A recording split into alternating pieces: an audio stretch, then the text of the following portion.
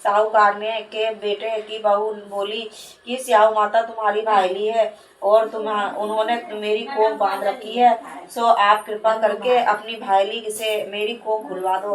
उस दुखियारी की ये बातें सुनकर गौ माता बोली, अच्छा। एक दिन गौ माता उसे साथ समुंदर पर अपनी भाईली के पास चल दी। मार्ग में धूप बहुत कड़ी पड़ रही थी, सो वे दोनों एक पेड़ के नीचे छाया में बैठ गईं। थोड़ी देर में वहां से एक सांप आया और उसी वृक्ष पर गरुड़ पंखनी के ने बच्चे दे रखे थे। वो सर्प उन बच्चों को डसने लगा।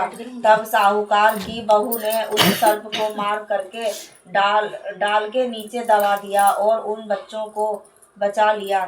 थोड़ी देर में गरुड़ पंखनी अपनी आई तो वहां खून पड़ा देखकर साहूकार की बहू ने चोंचे मारने लगी।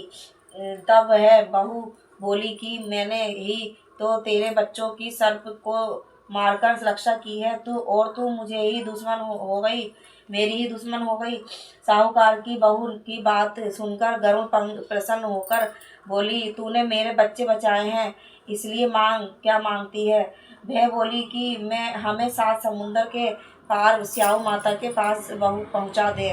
तब गरुड़ पंखनी ने उन दोनों को अपनी पीठ पर बैठाकर लंबी उड़ान भरकर उन्हें 7 समुंदर पार स्याऊ माता के पास पहुंचा दिया। स्याऊ माता अपनी भाईली गौ माता को देखकर बहुत प्रसन्न हुई और बोली कि भाईली आज तो बहुत दिनों में मिली है। फिर बोली कि बहन, मेरे सिर में जुएं बहुत पड़ गई हैं।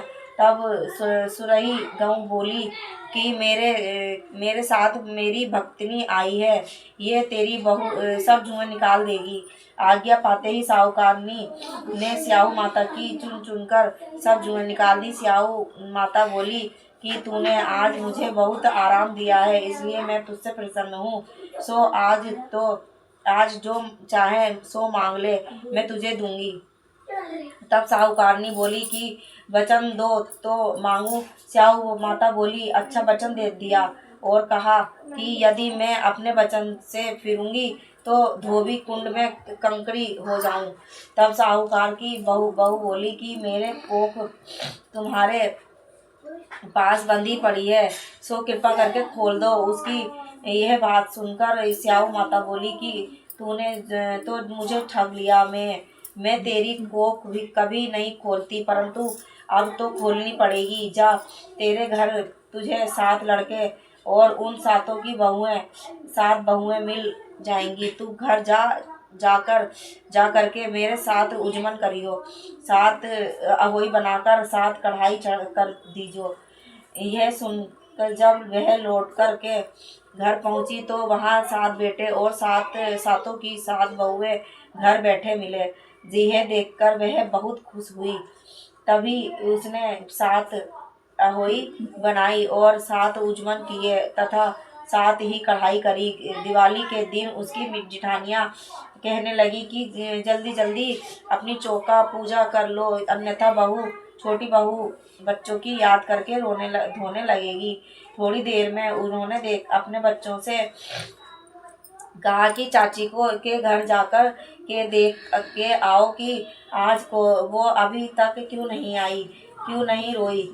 बच्चों ने आकर कहा कि चाची अहोई बना रही है और वो तो खूब उजमन कर रही है। यह सुनते ही उसकी जिठानियाँ दौड़कर उसके घर गईं और जाकर कहा कि तूने अपनी कोख कैसे छुड़वाई। वह बोली कि तुमने तो अपनी बंधवाने से इनकार कर दिया, पर मैंने अपनी छोटी ननद का ख्याल करके अपनी कोख बंधा ली थी। अब स्याऊ माता ने मुझ पर कृपा करके मेरी कोख खोल दी। उस प्रकार मेरी कोख खोली है, उसी प्रकार संसार की सभी नारियों की कोख खोल देना। यह कहानी है। सो ये स्याऊ माता इसे सुनने वाली तथा हुंकार भरने वाली सब परिवार की नारियों की कोख खोल देना। यही हम सबकी तुमसे विनती है। जय हो माता। दो कहानी हो गई। दिवाली अब की तो दिवाली पे दिवाली करेंगे। दिवाली। रघुनाथ माता की कहानी सुनो।